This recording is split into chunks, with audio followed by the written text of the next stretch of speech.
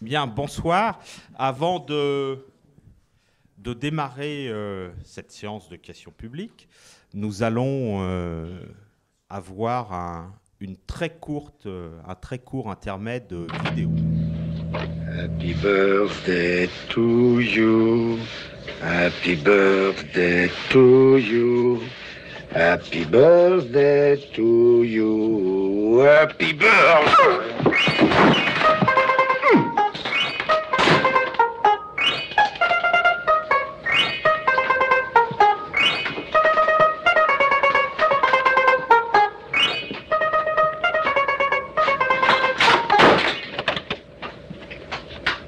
Il est parti. Non mais t'as déjà vu ça?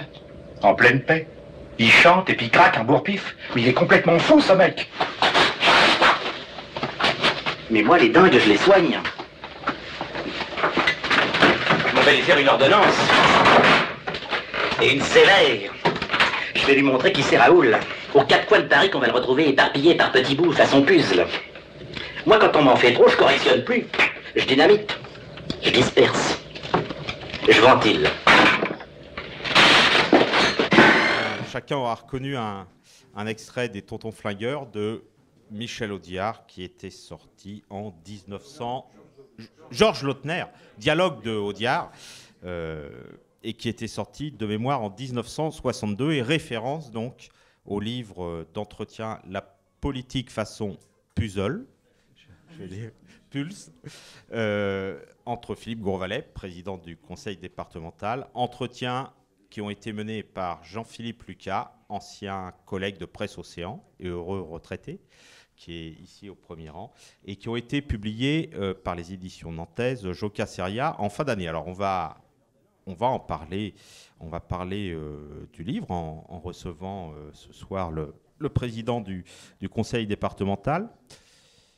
Il n'aura échappé à personne que nous sommes à moins de 3 semaines d'une échéance électorale un peu importante pour notre pays. Vous en parlez au fil des entretiens, et vous aviez une proposition qui, lors de la sortie, a d'ailleurs été reprise dans les quotidiens, dans les notes de lecture qu'il y a eu sur le livre, qui était tout simplement la suppression du président de la République. Alors, qu'en est-il? Vous avez toujours le même avis là-dessus? Plus que jamais. Mais visiblement, je n'ai pas été entendu.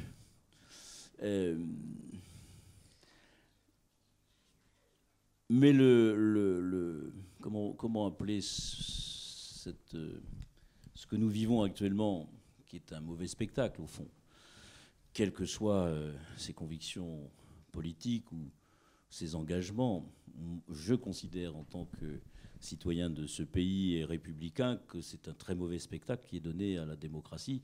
La meilleure preuve, c'est que nos concitoyens sont perdus.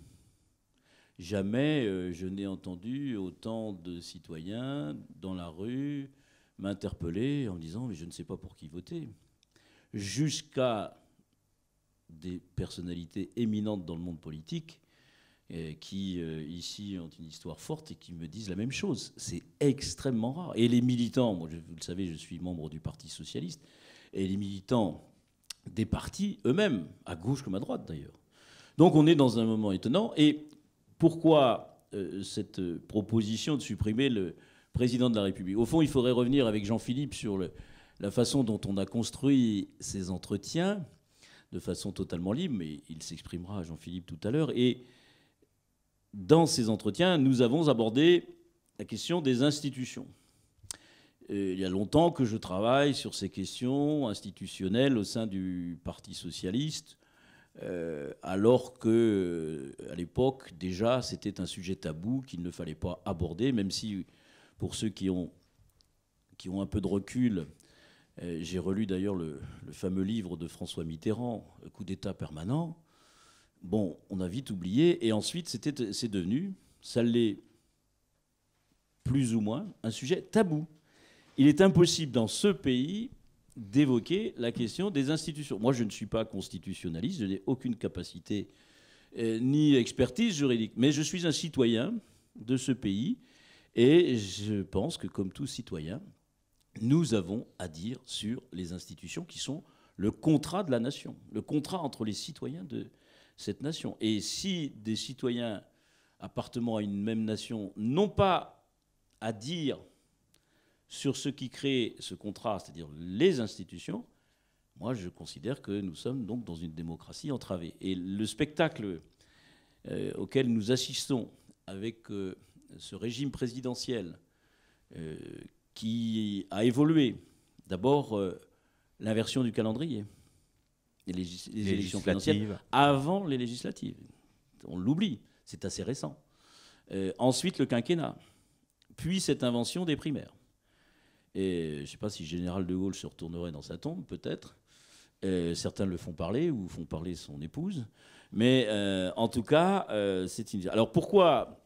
Parce que dans cette réflexion dans laquelle me poussait Jean-Philippe dans ses entretiens, à un moment, il me pose la question à brûle-pourpoint, après que j'ai fait la démonstration sur les institutions, etc. Il me dit « Et le président de la République ?»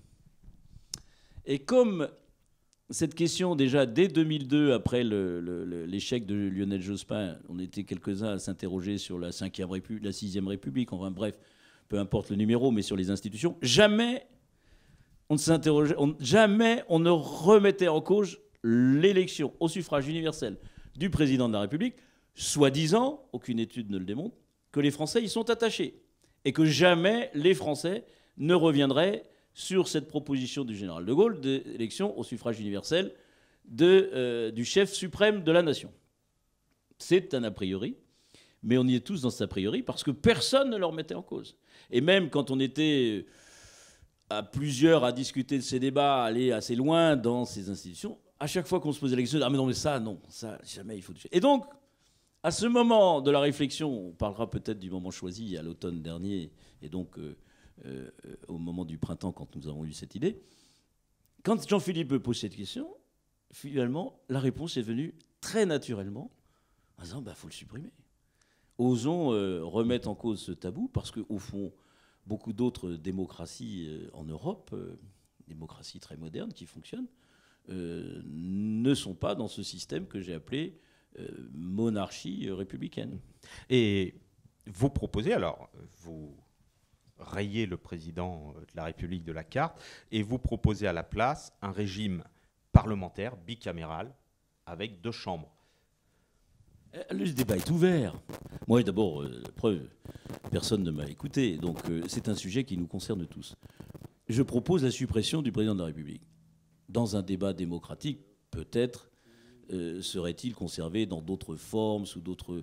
Voilà. Moi, je l'ai fait aussi pour provoquer le débat, parce qu'à un moment donné, il faut que chacun se saisisse de ce débat.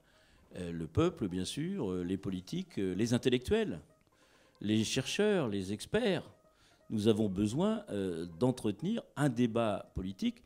Le paradoxe, c'est qu'effectivement, ça ne semble jamais la priorité de parler des institutions. Quand il y a plusieurs millions de chômeurs, quand la situation va aussi mal, quand le monde est chamboulé, quand l'Europe est en remise en cause, alors les institutions, évidemment, ça passe au... Ça n'est jamais dans l'urgence. Mais c'est une question essentielle, me semble-t-il.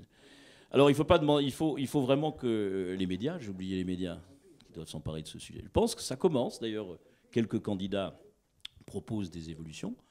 Donc moi, je propose un régime démocratique. Au fond, là encore, je précise, je ne suis pas constitutionnaliste. S'il y en a dans la salle, évidemment, on pourrait remettre en cause. Moi, ce que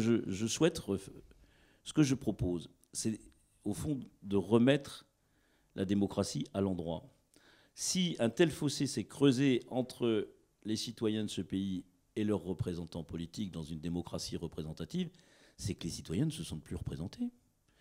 Surtout, il y a une perte de confiance totale. Ce qui se voit à la télé se reporte au quotidien.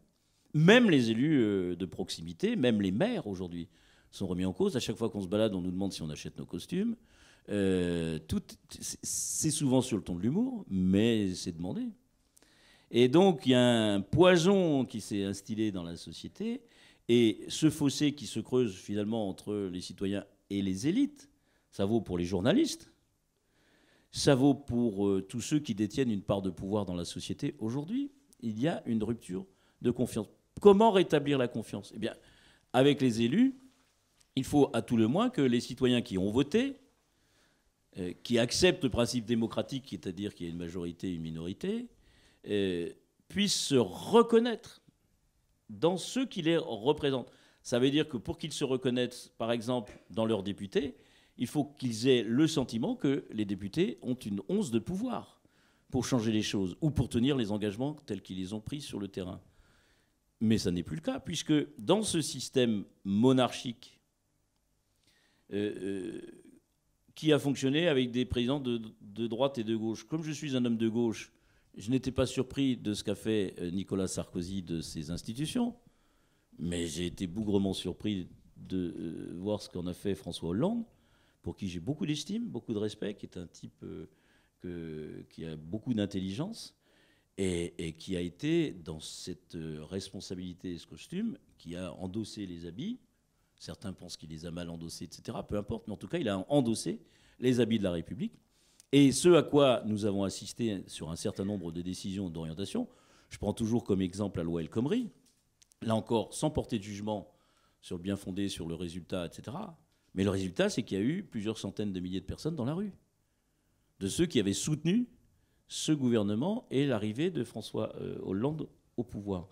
Donc il faut remettre les choses à l'endroit. Et donc pour remettre les choses à l'endroit, il faut que les députés aient du pouvoir. Pour que les députés aient du pouvoir, il faut qu'on soit dans un régime parlementaire. Et pour que les citoyens se sentent représentés, il faut avoir le courage de la proportionnelle, par exemple. Et il faut que le pouvoir exécutif rende compte aux parlementaires qui, eux, rendent compte aux citoyens. Qu'est-ce qui se passe au département de Loire-Atlantique? Qu'est-ce qui se passe ici, à la ville de Nantes ou à la région des Pays de la Loire? C'est-à-dire dans les collectivités locales qui sont, au fond, des démocraties de proximité, des instances démocratiques de proximité. Croyez-vous que je proposerais, moi, à l'Assemblée départementale, alors que la majorité ne tient qu'à 2 sièges, c'est-à-dire un canton, croyez-vous que je ferais des propositions qui ne soient pas l'objet d'un compromis politique, au moins au sein de ma majorité, et plus, j'allais dire, si affinité? C'est le minimum que l'on doit rechercher dans un gouvernement. Or, le président de la République, qui a un pouvoir quasi absolu, avec en plus l'utilisation du 49.3, peut s'exonérer de cette recherche du compromis. Et donc, il peut gouverner seul, avec une majorité de plus en plus étriquée. C'est ce qui est arrivé au gouvernement de la gauche dans cette mandature. Et voilà à quoi on assiste, c'est-à-dire à une instabilité, me semble-t-il, démocratique. Est-ce que le choix va être difficile pour le premier tour de l'élection le 23 avril? Alors, je ne vais pas vous demander votre vote, mais je suis très transparent. En répondant à Jean-Philippe Lucas, alors on était à l'époque des primaires qui vous enchantent guère aussi, et vous dites « Je ne soutiendrai ni Hamon ni Montebourg ». Oui, c'est ce que j'ai fait. J'ai soutenu Vincent Payon. D'abord, j'étais contre les primaires. Ouais. Je l'avais dit un an avant au sein du Parti socialiste. Je vous ai dit que je remettais en cause les institutions de la Ve République, mais en même temps, je suis un élu, un citoyen, et je respecte les institutions puisqu'elles existent. Donc je m'y conforme. Et puisque je m'y conforme, je reconnais dans ces institutions le rôle du président de la République. Ça n'est pas contradictoire. Et puisque je m'y conforme, je n'imaginais pas. C'est la seule interrogation que nous avions, Jean-Philippe. Quand Jean-Philippe m'a posé la question, croyez-vous que François Hollande sera candidat? J'ai répondu, mais alors sans aucune hésitation, oui. Voilà.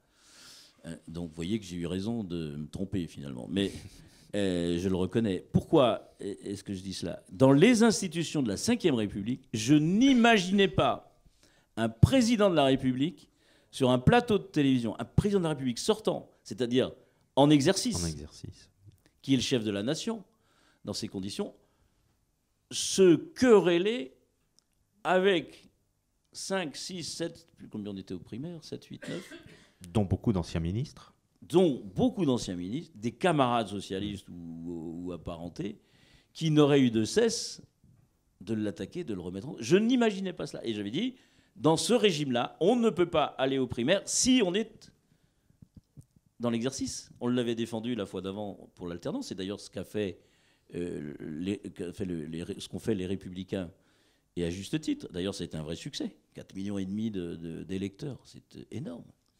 Bien, donc quand on est en situation de conquête du pouvoir, ça peut être intéressant d'utiliser ce principe. Mais on a vu ce que ça provoque aujourd'hui, c'est un autre sujet. Donc j'étais contre les primaires. Elles ont eu lieu. J'ai choisi un candidat qui a fait le plus petit score au sein de ma famille politique. Mais pourquoi il a fait le plus petit score? Parce que justement, il se positionnait au cœur de, finalement, la famille de pensée de la gauche française, ce que je pense être la position qu'il a défendue sur un certain nombre de grands sujets, au premier rang desquels l'Europe, mais aussi la laïcité, l'histoire sociale de ce pays. Donc la gauche dans ce pays a une histoire, près de 2 siècles, avec finalement, si on faisait le bilan des bons résultats en termes de solidarité et de progrès sociétaux d'ailleurs. Donc j'ai choisi ce candidat. Mais dans un moment de vive tension, et les primaires provoquent ça, ce sont les extrêmes qui l'emportent. Quand je dis les extrêmes, en tout cas dans le spectre qui est proposé. Hein, on pourrait dire la même chose du débat de droite entre Fillon, Juppé et puis Kosciusko-Morizet. Et qui l'a emporté? C'est Paul Juppé, qui se situait, lui, au cœur, sans doute, d'une famille politique de pensée, et il n'a pas été retenu par les électeurs, pas plus que Vincent Peillon. Bon, voilà. Donc j'ai voté Vincent Peillon aux élections primaires de la gauche, et puis je voterai aux élections présidentielles Benoît Hamon. Alors, est-ce que vous lui avez expliqué votre pensée sur Notre-Dame-des-Landes? Là, vous avez remarqué que j'avais un peu prémédité l'affaire, puisque c'était un peu le résultat du second tour des primaires se dessinait. J'avais prédit depuis longtemps que Manuel Valls ne serait pas élu au sein des primaires de la gauche.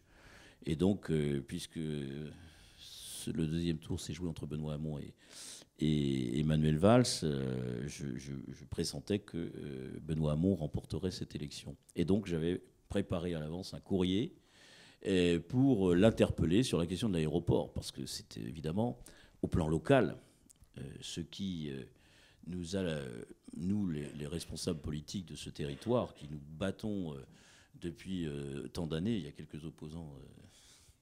Dominique, je le vois sourire au premier rang. Mais les grands responsables des grandes collectivités de l'ouest de la France, depuis Jean-Marc Ayrault, et quelles qu'aient été les alternances politiques, ont toujours défendu ce projet conjointement. Et je dois dire, d'ailleurs, je pensais à cela en venant, en me disant, je suis peut-être le dernier des dinosaures, puisque des élus responsables à l'époque, moi je suis président depuis 2011, à l'époque, Jean-Marc Ayrault était encore président de la métropole. Il y a guère que Jean-Yves Le Drian, mais les Bretons sont quand même un tout petit peu moins en première ligne sur ce sujet-là, donc Jean-Marc Ayrault, et puis Jacques Auxiette et moi-même à l'époque. Donc je me sens, j'allais dire, je le disais à Johanna Roland ou à David Samzin, qui sont de nouvelles générations, je leur disais, je me sens presque encore plus responsable du fait même de cet héritage, et donc de la responsabilité que je me donne pour que ce projet aboutisse. Alors quand votre candidat annonce tout de go qu'il est contre, ça fait partie de la vie politique, on n'est pas d'accord sur tout, mais j'avoue que c'est difficile. C'est difficile à vivre. Et donc, c'est pas parce que c'est difficile qu'on ne doit pas défendre ses options et ses idées. Et c'est pas parce que le candidat de ma famille politique aujourd'hui défend cette idée-là que moi je la défends. Alors je disais en boutade récemment, il y a eu 2 présidents de la République successifs qui étaient pour cet aéroport, Nicolas Sarkozy et François Hollande. Et l'aéroport ne s'est pas fait. Alors en boutade, j'ai dit peut-être qu'avec un président qui est contre, on arrivera à le faire. C'est de l'humour, hein, uniquement. Mais a-t-il répondu à votre non, courrier? Il n'a pas répondu. Pas répondu. Je connais bien Benoît Hamon, je ne l'ai pas vu depuis qu'il est candidat, je lui ai écrit, il ne m'a pas répondu, dont acte.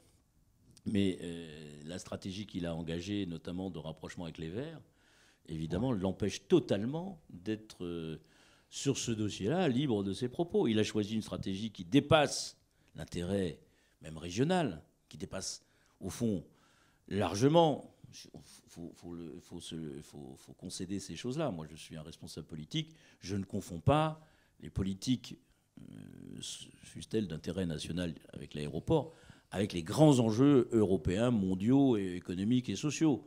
Bon, donc dans sa stratégie, qui était une stratégie d'alliance avec les Verts, eh bien, l'aéroport est passé, j'allais dire, pour l'instant, par perte et profit. L'autre élément que j'ajoute, au-delà de la note d'humour que j'avais tout à l'heure, c'est que, au fond, la durée de vie de ce projet, puisqu'il est déjà ancien, il ne date pas de 50 ans. La DUP date de 2008. Donc ce n'est pas un projet ancien, comme certains voudraient le faire croire, pour le ringardiser. C'est un projet moderne, c'est surtout un vrai projet d'avenir. Et que cet avenir-là, qui se joue aujourd'hui sur 50 ou 100 ans, c'est ça l'enjeu de l'aéroport. On pourra y revenir tout à l'heure, la conception que j'ai de ce projet. Ben, je suis un éternel optimiste. Je me dis que, de toute façon, comme ce territoire a besoin de et les générations futures en auront besoin, de toute façon, la durée de ce projet est largement supérieure à la durée d'un quinquennat. Voilà. Donc, j'espère que, évidemment, on fera tout, continuera, quel que soit le président qui sortira des urnes, à tout faire pour que ce projet émerge le plus vite possible. On a vu ce que ça a donné jusqu'ici, donc on continuera de le faire. Tous les acteurs politiques ici sont déterminés et on continuera de faire valoir cette option-là. Et donc, je continue de croire dans ce projet, évidemment.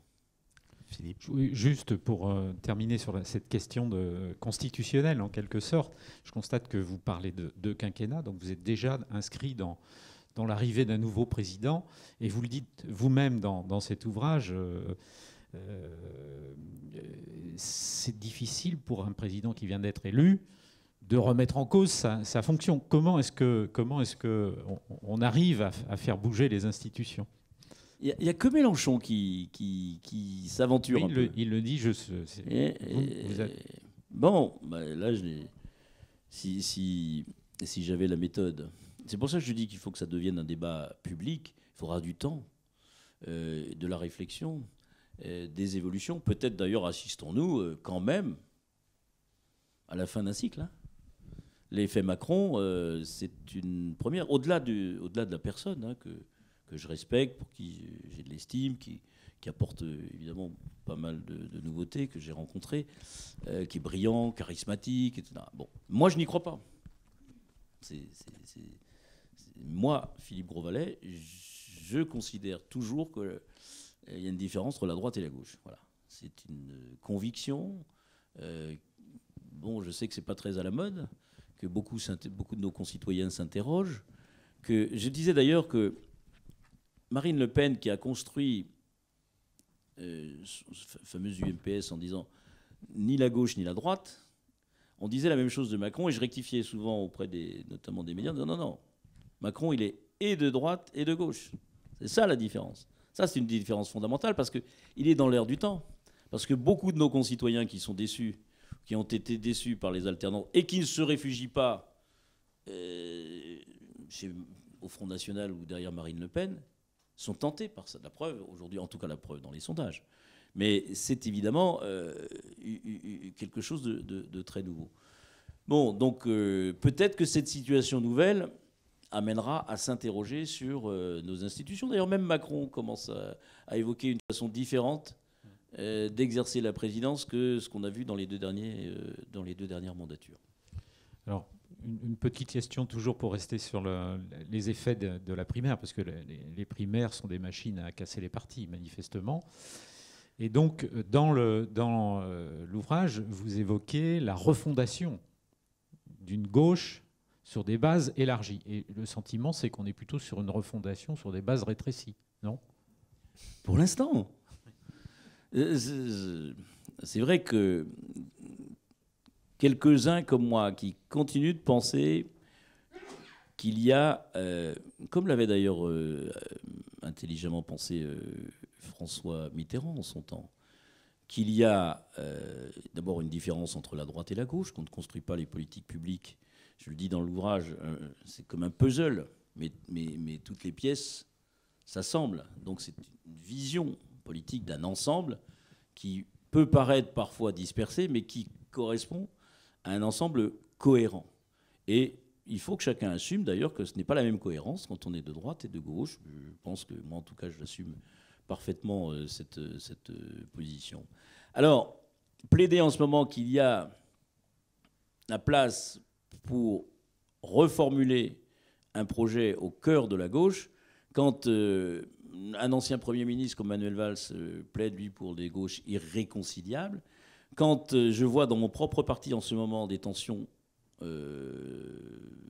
internes pour l'instant, mais pas parce qu'on voit à la télé, des militants qui commencent à non pas s'entre-déchirer, mais on n'en est pas loin. Je pense que c'est pareil de l'autre côté. Et je m'inquiète.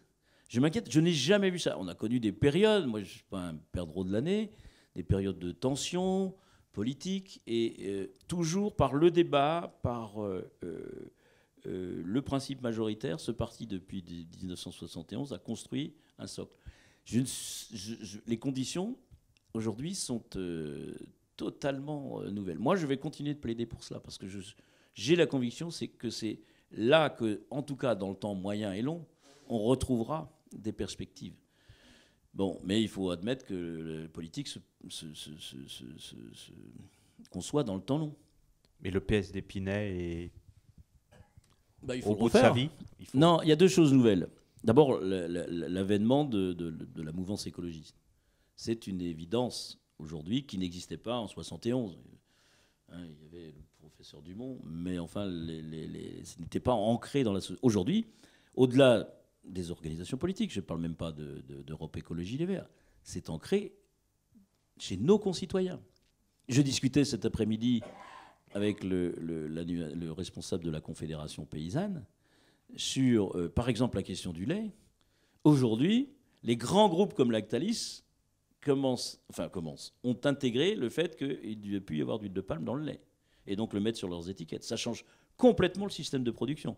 Ça change même la génétique des vaches. J'ai découvert ça cet après-midi. Dominique Le Breton, pas Dominique Degnaud, non, c'est Dominique Degnaud, pardon.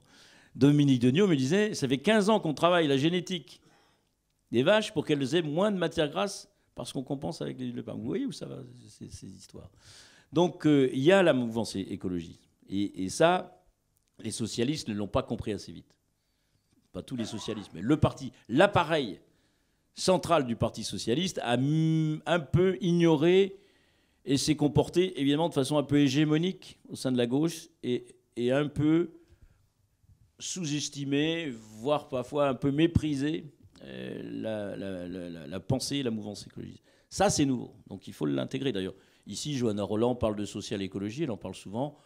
Je ne sais pas si c'est en tout cas la définition, mais en tout cas, le socialisme, l'écologie sont des... Et puis, ce qui a changé, c'est l'environnement international.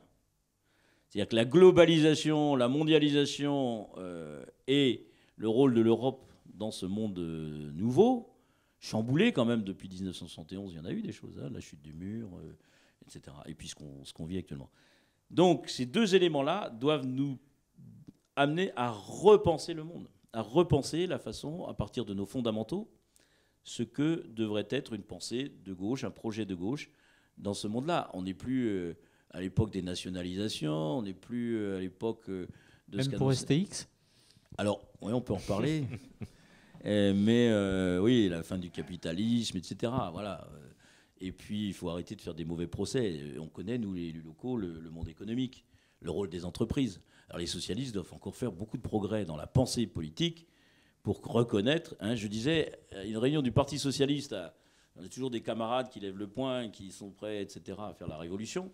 Et je leur disais, oui, c'était à propos de la loi El Khomri, oui, les socialistes, dans l'acceptation large, dans leur patrimoine génétique, il y a la défense des salariés. C'est ce qui a fait la force. Et ce qui est nouveau maintenant, c'est qu'il faut défendre aussi les entreprises. Parce que si on ne défend pas les entreprises, on ne défend pas les emplois. Et si on ne défend pas les emplois, évidemment, on ne défend pas les salariés. Et ça, on a encore un peu de mal, parce qu'on n'a pas travaillé. Parce qu'on n'a pas travaillé. Parce que nous sommes arrivés au pouvoir sans avoir, au fond, réinterrogé cette question de l'économie, du social, de la mondialisation, de l'écologie, etc. On n'a pas su le faire. On n'a pas travaillé, donc on est arrivé. Et puis on a vu un Premier ministre, Manuel Valls, faire une déclaration d'amour au MEDEF. J'aime les entreprises. Bah oui, mais ça suffit pas. Et puis on a inventé des trucs pour résoudre le chômage. Le CICE, un crédit d'impôt compétitivité et emploi. On ne règle pas le problème du chômage avec un crédit d'impôt. Pas plus qu'on ne règle le problème du chômage en réécrivant le Code du travail. Même s'il faut réécrire le Code du travail. Mais comme on n'a pas donné... Au fond, je suis assez critique, hein, mais comme on n'a pas donné la perspective, on refond le Code du travail. D'ailleurs, l'intelligence avait été de faire travailler Robert Badinter sur le sujet, qui avait fait un travail plutôt intéressant, sans dire aux citoyens de ce pays à quoi ça servait. Voilà. Alors, évidemment, il y a une incompréhension totale. Après, on en est sur le détail. Faut-il, sur les questions des conseils de prud'homme, il y avait plein de questions qui se posaient, mais la question n'était pas là. Moi, je pense qu'il faut assouplir, effectivement, la société, parce qu'elle est trop rigide. Donc il faut qu'elle soit plus agile, mais tout en respectant la protection des salariés légitimes pour qu'ils puissent avoir cette sécurité quand même auquel les Français sont très attachés, mais dans un monde qui n'est pas, lui, sécurisé, pour les entreprises notamment. Et je suis nazérien.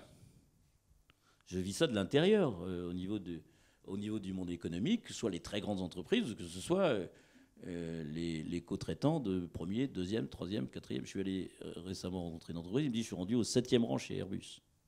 Une grosse entreprise. Hein. 7e rang chez Airbus.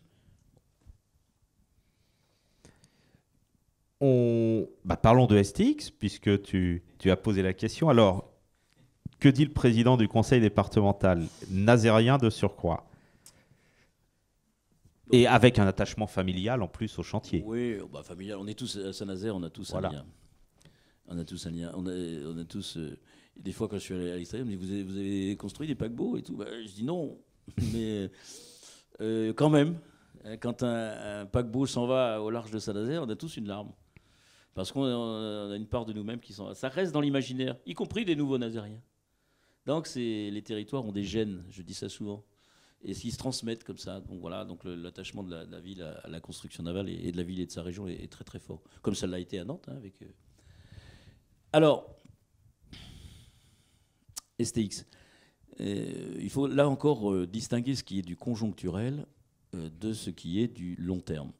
Et ce dont nous avons besoin, c'est du long terme. Le conjoncturel, cela fait un moment que nous sommes soumis à ces aléas capitalistiques. Vous vous souvenez, quand Alstom a abandonné, c'était le groupe Aker Yard, qui est un groupe norvégien. À l'époque, je me souviens, j'avais conduit une délégation de chefs d'entreprise en Norvège pour un salon international. À l'époque, les départements s'occupaient encore d'économie. Et un salon international en Norvège sur la construction navale. Et l'ambassadrice de France en Norvège nous avait organisé une soirée, nous recevait, et avait invité le jeune numéro 2 du groupe Aker Yard. C'est un gros groupe. Et à l'époque, vous voyez, on se trompe des fois, on peut y faire attention. À l'époque, je me souviens, à Saint-Nazaire, le fait que ce soit Aker Yard qui soit actionnaire, il y avait la CGT qui se battait contre ce modèle. Et on était quelques élus à se dire, finalement, c'est peut-être pas plus mal que ce soit un groupe, alors même s'ils ne sont pas dans le cercle européen, c'était quand même un pays d'Europe, que finalement ce soit un industriel du maritime qui soit l'actionnaire. On se disait, c'est un moindre mal quand on voyait pouvoir se pointer les Asiatiques. On se disait, bon, alors on était quelques-uns, j'avais écrit des choses là-dessus en disant, voilà, c'est un industriel de la maritime. Et à l'ambassade du Danemark, l'ambassadrice du Danemark me prend à part. C'était quelques semaines, quelques mois après qu'Aker Yard avait racheté. Et elle me dit, et non, j'étais vice-président à l'époque, c'était Patrick Maréchal le président. Hein. Et elle me dit, vous savez, les gens qui ont racheté les chantiers, là, ce sont des financiers. Les Norvégiens sont les plus grands financiers du monde. Plus que à la City de Londres, bien plus que dans le monde. Ce sont essentiellement des financiers. Ils sont en train, en Norvège, d'ailleurs c'est le pays le plus riche d'Europe, ils sont... c'est le premier fonds souverain du monde, je crois. Oui, le premier fonds souverain du monde. ils sont en train de reconvertir leur pétrole dans la finance, comme au Qatar. Et c'était ça qui était. Et voilà, bah, nous, on était élus locaux, sans doute pas. Elle me dit, vous allez voir, dans quelques semaines, ils vont le vendre. Et ils vont faire une culbute énorme. C'est exactement ce qui s'est passé. Voilà, des fois, on se trompe dans ces grandes affaires. Donc, le court terme, c'est ça. C'est ce qu'on vit en ce moment. Les craintes qu'on était tous à exposer, c'est pas d'investisseurs chinois, ou même si c'était les Coréens qui étaient aux commandes, mais qui n'ont rien fait, ni même ne sont venus piller les savoir-faire. Donc pas d'Asiatiques.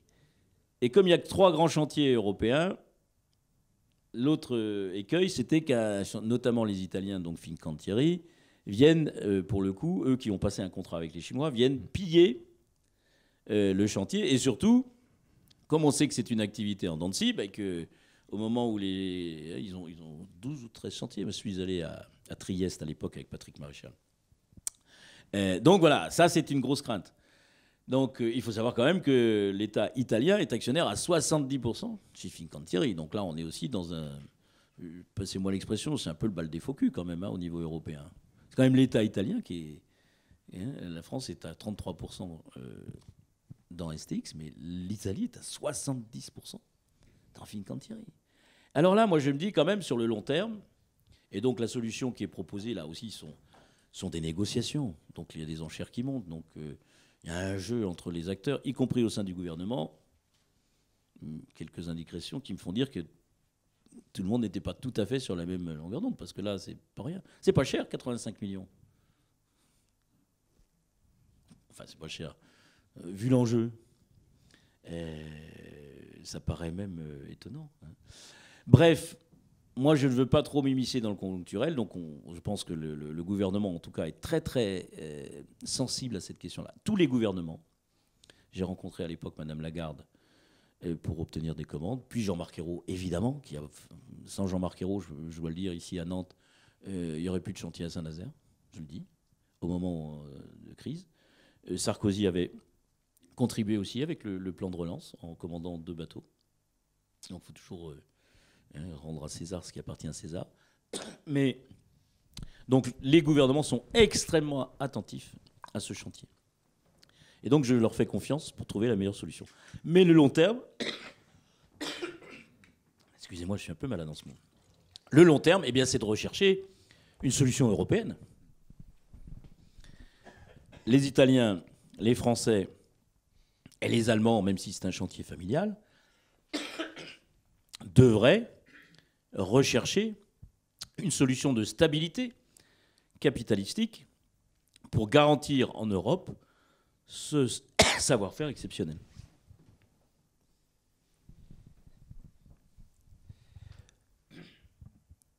Vous continuez sur STX ou non?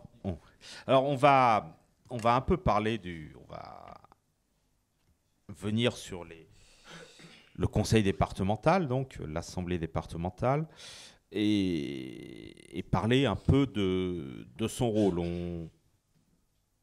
Est-ce que vous pensez aujourd'hui que la collectivité qui a pu être questionnée, interrogée, sa place entre la région, les métropoles, etc., est-ce qu'elle est sauvée et installée? Certes non.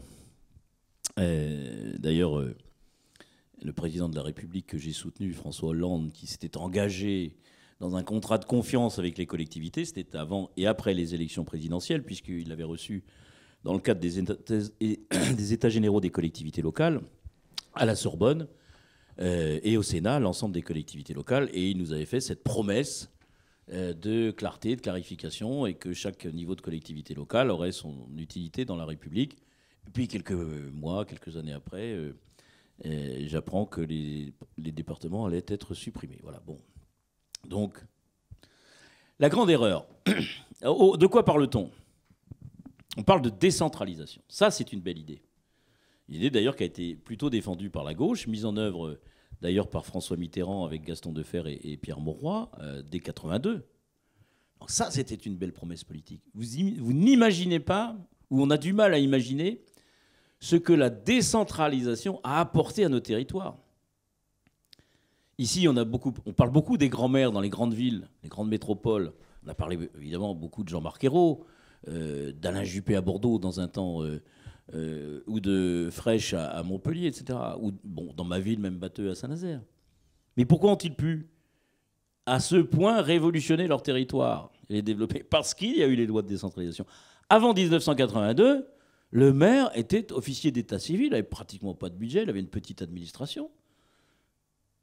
C'est la décentralisation qui a créé les pouvoirs locaux dans les villes, après dans les intercommunalités et dans les régions, et même dans les départements. Le président du département, avant la décentralisation, les réunions avaient lieu en préfecture. C'est le préfet qui commandait, qui exécutait les politiques publiques.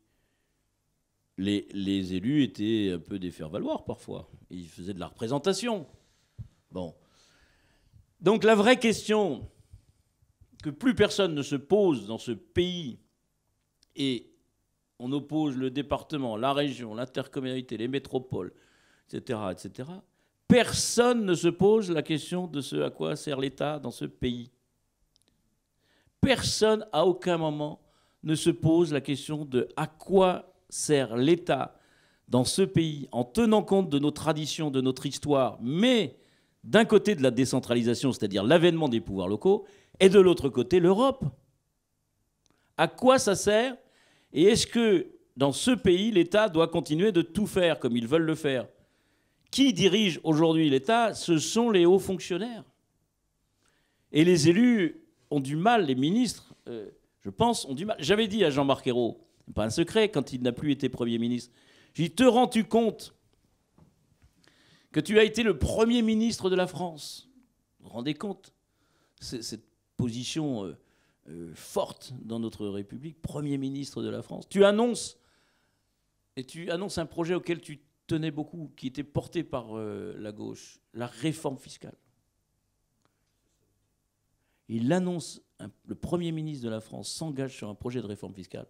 Quelques jours après, vous voyez dans Le Monde, les hauts fonctionnaires, les 2 directeurs, qui disent le prélèvement à la source, c'est pas possible en France. Et puis la fusion de la CSG avec l'impôt sur l'IR, c'est pas possible en France. Où est le pouvoir politique? Et je ne jette évidemment pas la pierre à Jean-Marc Ayrault qui a eu le courage de défendre ça. On a aujourd'hui un État qui ne se remet plus en cause et qui continue de vouloir tout faire, y compris sur notre dos, y compris aujourd'hui en bloquant parfois le mécanisme les initiatives des collectivités locales. Et un État qui ne fait plus bien ce qu'il devrait faire. Au moins 5 grandes fonctions. L'éducation. Il faut réinvestir sur l'éducation. Regardez l'état de nos universités. Comparons l'état de nos universités en France avec des universités d'autres pays, sur les moyens, etc. Donc l'éducation. La justice. On a ici un député, Dominique Raimbourg, qui est maintenant président de la commission des lois, qui m'a avoué... après avoir été chargé d'une mission sur l'état de la justice, donc la justice et le pénitentiaire, qui est venu dans mon bureau en me disant « Philippe, je n'avais même pas imaginé l'état de délabrement, non pas des juges qui font un boulot remarquable, enfin des magistrats, etc., mais des moyens dont ils disposent. C'est une catastrophe. C'est quand même un pilier de la République. La sécurité, la police, la défense nationale, l'armée. On voit ce qui paraît, mais interroger les généraux sur l'état de la défense nationale. Alors on a évidemment des fleurons. Hein. Bon, bien sûr, je parle devant un spécialiste, la dissuasion nucléaire, un porte-avions, un seul. Que pèse la France aujourd'hui dans le concert international en termes de défense? Alors, il pèse évidemment parce qu'il a l'arme de dissuasion, mais la défense. Et puis la santé. Vous avez vu encore ce matin dans la presse l'état de nos hôpitaux, des personnels qui sont de plus en plus en arrêt, etc. C'est grave. Donc que l'État se replie, se concentre sur ces grandes fonctions régaliennes qui doivent assurer la cohésion nationale et qu'il fasse confiance aux collectivités. Et moi, je suis un régionaliste. Mais vous proposez, par exemple, en matière d'éducation, vous le dites dans le livre, sur les collèges que vous construisez, que vous gérez, dont vous équipez exploiter, entre guillemets, les restaurants scolaires, les cantines, vous proposez que, par exemple, le département ou les collectivités puissent gérer aussi les personnels éducatifs. Là encore, je ne suis pas un spécialiste. Alors là, je me fais des ennemis quand je dis ça. Mais j'étais samedi dernier à l'Assemblée générale de la Fédération de conseils de parents d'élèves. Et je discutais avec des enseignants il y a des enseignants qui ont des bonnes idées dans ce pays. Hein, on devrait s'en inspirer. Bon, imaginez-vous, dans ce pays, que sur le plan pédagogique, on est plein de recherches et d'innovation, d'expérimentation sur l'arrêt des notes dans les classes, ce que défendent aujourd'hui des professeurs, mais que les professeurs eux-mêmes sont notés. Vous connaissez une entreprise, une collectivité qui note par une notation, qui gère ses ressources humaines par la notation. On infantilise les professeurs eux-mêmes. Mais on est dans un système qui est complètement dépassé. Alors, faut-il... En tout cas, il faut une gestion plus souple, plus proche des territoires, plus en adéquation avec les établissements. Bon, les collèges ont un fonctionnement autonome. C'est un univers que je continue de découvrir comme président. Chaque vendredi, je vais dans un collège. Et j'y passe pas en coup de vent, je reste 3 heures. Et vous y déjeunez? Et j'y déjeune parce que c'est important, c'est un moment important, et puis pour d'autres raisons. Donc oui, que l'État se reconcentre et qu'il fasse bien ce pourquoi il est fait, et qu'il cesse de vouloir tout réglementer. Et je vais même jusqu'à dire que les régions qui devraient être beaucoup plus puissantes, beaucoup plus autonomes, et je vais même jusqu'à dire qu'elle pourrait, je le dis dans le livre, même avec Jacques Oexiette n'était pas allé jusque-là, qu'elle devrait même avoir un pouvoir réglementaire. Pas législatif, on n'est pas dans une... mais réglementaire, parce que chaque région est différente. Vous savez, je me souviens quand Patrick Maréchal était président, il m'avait invité en Cantabrie, petite région d'Espagne, Santander, 500 000 habitants. À l'époque, le président de la Cantabrie était un indépendantiste, autonomiste. Bon, on n'est pas loin du Pays Basque, mais un type plein d'idées. La Cantabrie fait donc 500 000 habitants. La région des Pays de Loire, c'est plus de 3 millions. Le budget de la Cantabrie était 2 fois supérieur au budget de la région des Pays de la Loire. C'est-à-dire 7 fois plus puissant, autonome, etc. Alors certes, il gérait les universités, etc. Mais vous imaginez le levier. Hein, le budget de la région du Pays de la Loire, c'est à peine plus que le budget du département de Loire-Atlantique, pour des fonctions très différentes. Mais les régions en France, on les a agrandies, mais ça reste des naines sur le plan des capacités. Donc il faut véritablement régionaliser. Moi, j'étais pour la fusion de la Bretagne et des Pays de la Loire.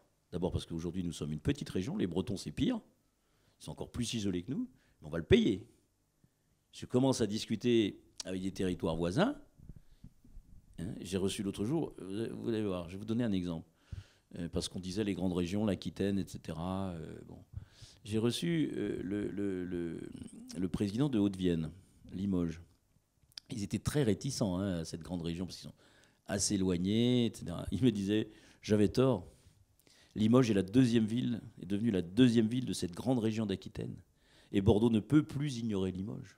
Et donc, on est en train de voir des dynamiques sur nos territoires ruraux se développer parce que, et ça fait que quelques mois. Et les grandes régions sont encore empêtrées dans la gestion. Donc, vont se mettre en route des moteurs, et on va regretter ici de ne pas avoir pris le train en marche. Et quand on le fera dans 10 ans, on aura déjà beaucoup de retard. Et les Bretons, et Jean-Yves Le Drian va s'en montrer. Voilà, j'allais dire, ça vous fera un sujet de conversation avec Jean-Yves Le Drian. C'est lui qui nous a empêchés de le faire. Hein, je le dis. Bon. Voilà. Donc, voilà, la décentralisation, c'est des grandes régions. Les métropoles, l'avènement des métropoles. Mais là encore, attention. J'avais prédit les choses. Je l'avais dit à l'Assemblée des départements de France. Il y avait, en dehors de Lyon, Paris, Marseille, il y avait l'avènement d'une dizaine de métropoles comme Nantes, Bordeaux, Lille, Montpellier n'était pas dedans au début, Toulouse évidemment, etc. Et j'avais mis en garde tout le monde en disant, vous allez voir, ça n'a pas traîné. Dès l'instant où Brest est reconnu comme métropole, 160 000 habitants, toutes les villes, les grandes villes moyennes de France vont revendiquer. On est à 22 aujourd'hui. 23, 25, 22. Mais il y en a d'autres qui suivent. Hein. Il y en a déjà 7 dans la file d'attente, je crois. Voilà. Donc, il faut quand même se méfier, parce que c'est à l'échelle mondiale, la métropole de Rouen, vu de Bombay et Dubaï, c'est petit quand même. Faut attention. Je le dis dans le livre, il faut se méfier du bœuf et de la grenouille, quoi. C'est pas une question de taille, hein. Ici, on est dans des territoires intelligents qui travaillent en coopération. Et même, c'était remarquable, même la maire de Nantes, la maire de Rennes, le maire de Brest, le maire d'Angers et le maire de Saint-Nazaire étaient d'accord pour fusionner les deux régions. Attendez, on aurait dû s'empresser de le faire, hein, et tout le monde était d'accord. Voilà. L'acte, on sent que vous appelez à un nouvel acte de décentralisation, et d'autant que l'État vous joue quand même des mauvais tours budgétaires, financiers, avec une dotation qui aujourd'hui sort sur le budget de l'année en cours est de 15%, mais qui n'a cessé de baisser depuis plus de 5 ans maintenant, enfin depuis 8 ans, 10 ans. Alors, sur ce débat-là, il faut se méfier. Moi, j'ai pris un engagement depuis que je suis président. J'étais un des premiers à le faire, de ne pas augmenter la fiscalité locale. En 2011. Bon, Patrick Maréchal m'a bien aidé, il avait beaucoup augmenté juste avant. C'est pour l'anecdote. Mais moi, j'ai pris cet engagement en 2011. C'est pas tellement de gauche, en plus, à gauche. Et puis, depuis la décentralisation, vous savez, il y a eu un mouvement permanent d'accompagnement de la croissance de nos territoires et donc de l'impôt et de l'enrichissement. Et jamais personne ne râlait. Il y avait quelques associations ici ou là, mais la génération, les 30 glorieuses de la décentralisation, entre 82 et 2012, ça a été un mouvement permanent de croissance et d'augmentation permanente des impôts. Alors il y avait sans doute une croissance aussi, une inflation à certaines périodes, mais c'était admis, accepté. Il y avait un progrès et puis il y avait une participation de l'économie à la croissance du territoire. Bon, ça c'était avant. Et donc en 2011, moi, j'avais pressenti finalement ce que Moscovici avait interprété comme le ras-le-bol fiscal, qui est arrivé comme ça dans le paysage politique comme un slogan. C'est Moscovici qui l'avait évoqué. Et j'avais dit, ben voilà, on va changer un peu on change de logiciel. Et comme dans un budget, on n'aligne pas les recettes sur les dépenses, mais les dépenses sur les recettes. Là encore, j'aime bien l'expression, comme je l'ai fait tout à l'heure, on remet un peu les choses à l'endroit. Et donc, on va faire avec. Bon, je n'avais pas anticipé en faisant cette promesse deux choses. D'une part, c'est que je l'avais faite pour 3 ans.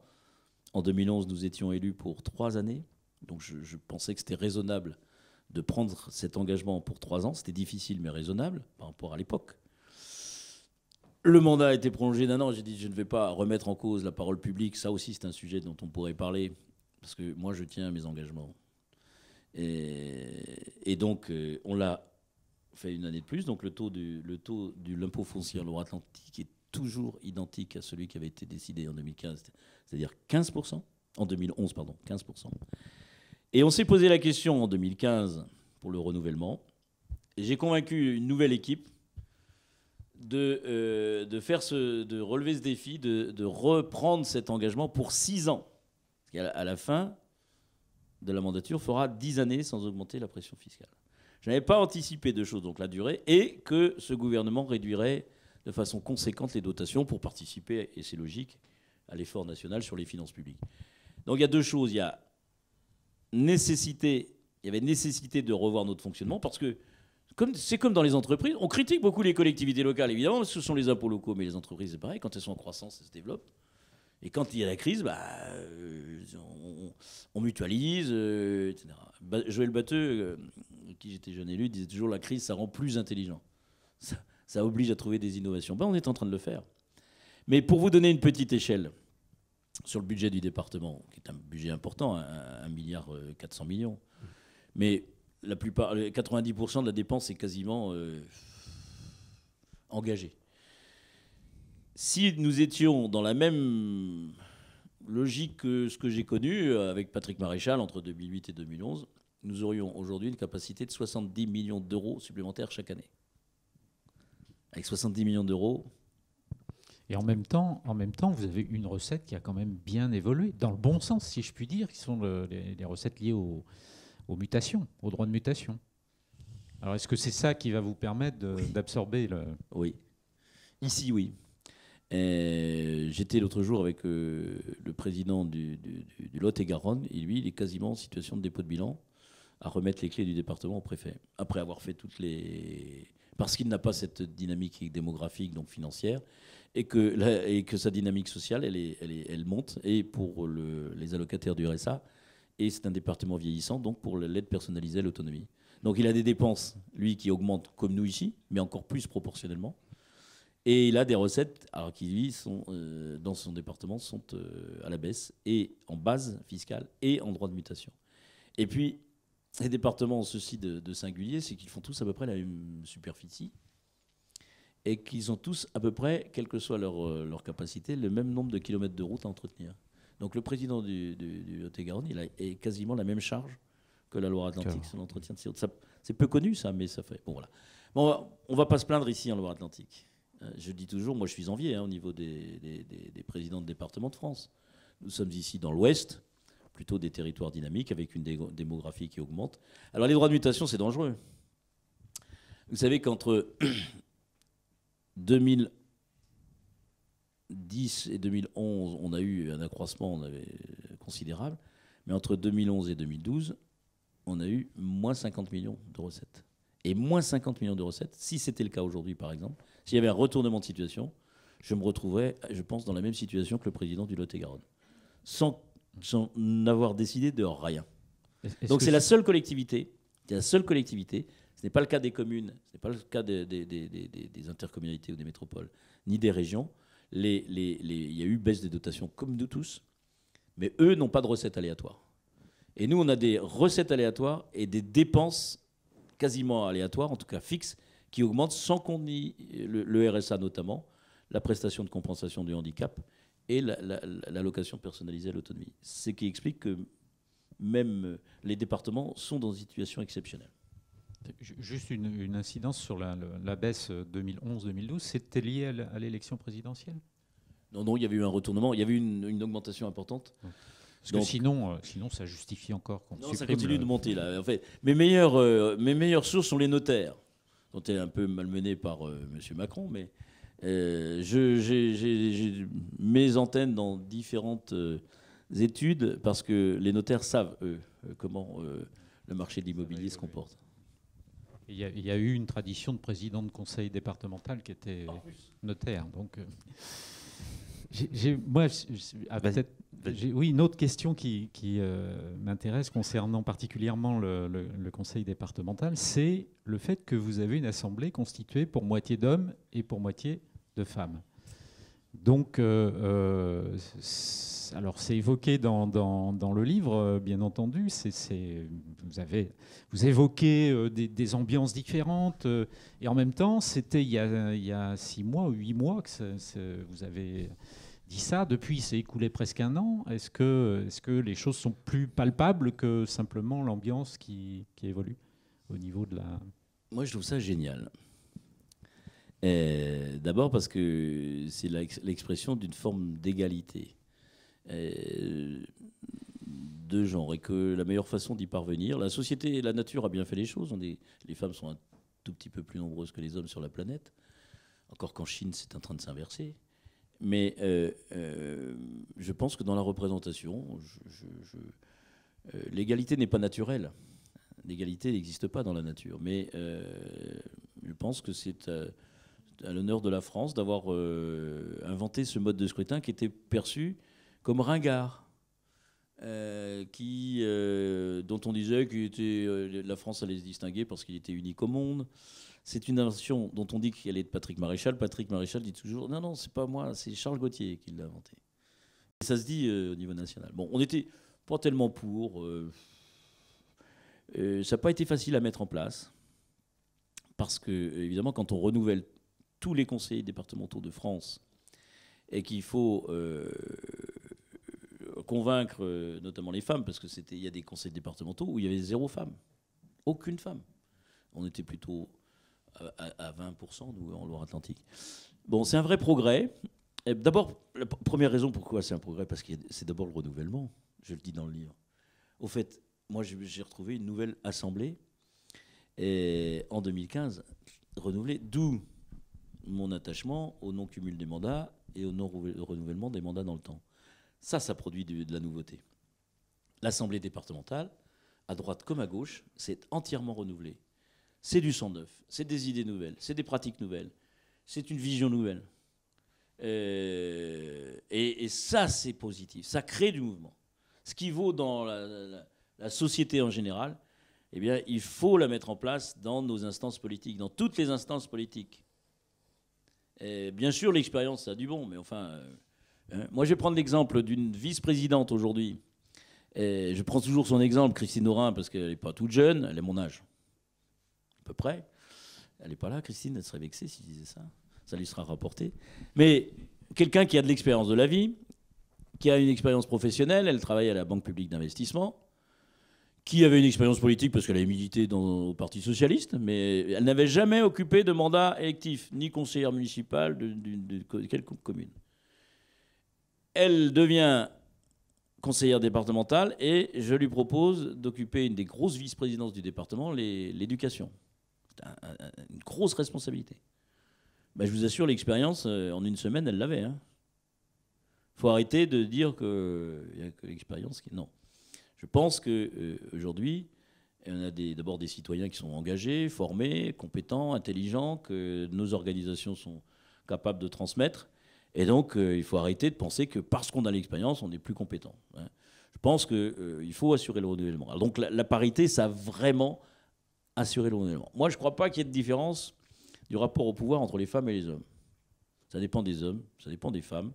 Je ne suis pas sûr qu'on puisse généraliser les choses sur... Alors, il y a sans doute des sensibilités, des attachements. Mais moi, je me garde un peu de ça parce que je pense que je ne crois pas que ça puisse être démontré. Est-ce que la tonalité des débats a changé lors des sessions? Elle a changé parce que la minorité est devenue plus importante. Mais pas... C'est la recherche de consensus que vous évoquiez. Non, mais l'Assemblée départementale, c'est une assemblée particulière. Ouais. Je me souviens, une fois, on avait fait visiter à des collégiens l'Assemblée l'hémicycle. Et les gamins, ils nous disent « Ah, c'est comme à la télévision, y a des gens qui crient, qui hurlent, qui s'insultent. » C'est l'image qu'ont des enfants de 12 ans, 13 ans, de la politique. Parce qu'ils ont vu ça à la télévision, à l'Assemblée nationale. Alors je lui ai dit « Non, ici, c'est très respectueux, chacun s'écoute. » Et alors l'originalité du département, c'est que ce mode de scrutin fait que tous ceux qui sont dans l'hémicycle, quel que soit le bord qu'ils occupent, ont été élus. N'ont pas été battus aux élections, ils ont tous été élus. Dans une élection municipale, vous avez la liste qui a été élue, puis la liste qui a été battue. Elle a été élue, mais elle n'a pas été... Un département, chacun a sa légitimité sur son territoire. C'est-à-dire, sur son territoire, ils ont été majoritaires. Donc, et puis il y a une histoire, qui est sans doute l'histoire de la France. C'est une institution qui est un héritage. Et donc, il y a une ambiance particulière que certains qui ont siégé encore récemment, qui siégeaient précédemment de droite et de gauche, à la région, pas non plus, trouve une très grosse différence au département. Dans le respect des débats et des options. Voilà, donc ça n'a pas... On essaie de... Enfin, je pense qu'il y a un héritage. Vous parliez des prédécesseurs. Je pense que depuis M. de Cossé-Brissac, que je n'ai pas connu personnellement, cette tradition-là existait. Que les présidents, même si parfois... on me disait ça de Luc Dejoie, avant qu'il soit président, il ferraillait rapidement, et puis devenu président, il apaisait. Moi, j'espère que je suis un peu pareil. J'espère de tenir la qualité des débats. Est-ce qu'on mange bien dans les restaurants des collèges? Génial. Je vous y invite, on devrait les ouvrir. On y mange très bien. Pour... 2 raisons. Bon, d'abord, c'est extrêmement important pour les adolescents, des jeunes, des enfants. D'abord, les parents nous confient les enfants. Le moment du déjeuner, c'est un moment important de pause. Je vais juste citer une anecdote. Récemment, dans un collège, vous savez que les personnels techniques sont des agents du département. Et une dame m'a dit de façon extrêmement spontanée, « Mais les enfants, ils nous aiment, ils nous apprécient, ils nous respectent. Pourquoi? Parce qu'on leur donne à manger. » Et à 12 ans, manger, c'est un élément qui relève quasiment du primitif. Hein, il faut se nourrir, il faut manger, il faut grandir, il faut faire sa croissance. Donc c'est un moment exceptionnel. Donc ce moment exceptionnel, on le cultive avec des ambiances. On construit des collèges et des salles de restauration qui sont dignes de ce nom, avec des personnels passionnés, des chefs de cuisine, avec des produits qu'on développe issus du... C'est long à faire, mais issus du local et bio, de qualité. Et puis, ce qui fait l'originalité des collèges par rapport aux grandes villes, c'est que chaque collège a sa cuisine. Chaque collège a sa cuisine intégrée. Il n'y a pas de cuisine centrale. Il n'y a pas de réchauffement de plat. Chaque collège a ses menus. Chaque collège a son cuisinier qui entretient avec les élèves, qui les voit travailler, etc. C'est très particulier. Et puis, cette passion, nous recrutons des chefs de cuisine qui sont souvent issus d'ailleurs de la restauration, qui ont des parcours dans la restauration. L'autre jour, j'ai mangé à Valette. Je vous assure, je pouvais mettre au défi un certain nombre de restaurants, hein, du poisson en collectivité. Vous voyez la différence. Je dis ça parce que les enfants... Alors après, est-ce que les enfants mangent tous du poisson? Mais on y développe des produits. Donc on mange très bien dans les collèges de Loire-Atlantique. Et j'ai cette idée qui va sans doute se faire. Je voulais faire un guide des restaurants de collège, non pas pour concurrencer en mettant des étoiles, mais pour que chaque équipe, avec les élèves, avec les équipes, puisse promouvoir un plat fétiche du collège et qu'on en fasse un guide de culinaire pour la Loire-Atlantique. Alors ça, j'espère que ça va sortir dans les mois qui viennent. Avis aux éditeurs, c'est une édition qui peut marcher. Moi, j'ai peut-être une dernière question, puis après je crois qu'il faut effectivement échanger avec la salle. Ça concerne les jeunes et la politique, puisque ça fait partie d'un des échanges du livre. Et vous dites, il faut reconnaître que c'est pas très sexy nos conseils pour les jeunes. Et je fais le parallèle avec sans doute ce qui est sexy pour les jeunes, c'est-à-dire qu'on parle d'utopie, vous parlez un peu d'utopie dans le livre. Les jeunes ne perçoivent plus les utopies au niveau de la société. Je crois qu'ils sont. Est-ce que l'utopie n'est pas dans les start-up aujourd'hui? Et comment on fait pour qu'elle réattire dans les collectivités? S'il y a des solutions, je ne sais pas. Mais déjà, on a tendance on parle souvent des jeunes, mais chaque jeune est différent de l'autre jeune. Alors, quels sont les jeunes aujourd'hui? Ceux des startups. Je suis allé à Paris la semaine dernière dans une start-up. Je vais vous raconter pourquoi je suis allé. Il y avait ils sont démarrés à 2 salariés il y a 10 ans. Ils étaient 2000. Ils sont 2000 dans le 16e, hein, dans des locaux, comme on voit à la télévision, avec que des jeunes de moins de 30 ans qui travaillent dans des sofas en mangeant, etc. Je suis allé pour faire un avatar pour signer prochainement avec le président d'Orange. On est branché, donc on va faire une signature d'avatar. Mais j'ai découvert, voilà. Alors ces jeunes-là, c'est sûr, ils vivent dans le 16e. Je pense qu'ils ont des rémunérations assez élevées. Ils ont eu des parcours, ils sont innovants, etc. Et puis moi, j'ai les jeunes que je vois travailler, essayer de trouver du boulot à Saint-Nazaire. Là, ça va bien parce qu'il y a du boulot. Il y en a qui sont contents quand on arrive à la fin des paquebots parce qu'ils vont pouvoir aller faire du ménage et des travaux d'entretien sur les bateaux, donc des petits boulots, et ça leur sauve la vie. Hein. Donc il y a ces jeunes qui cherchent du boulot, il y a les jeunes diplômés qui n'ont pas de boulot, il y a les jeunes désœuvrés dans les quartiers périphériques, il y a cette jeunesse qu'on nous montre aussi et qui se révolte à sa façon.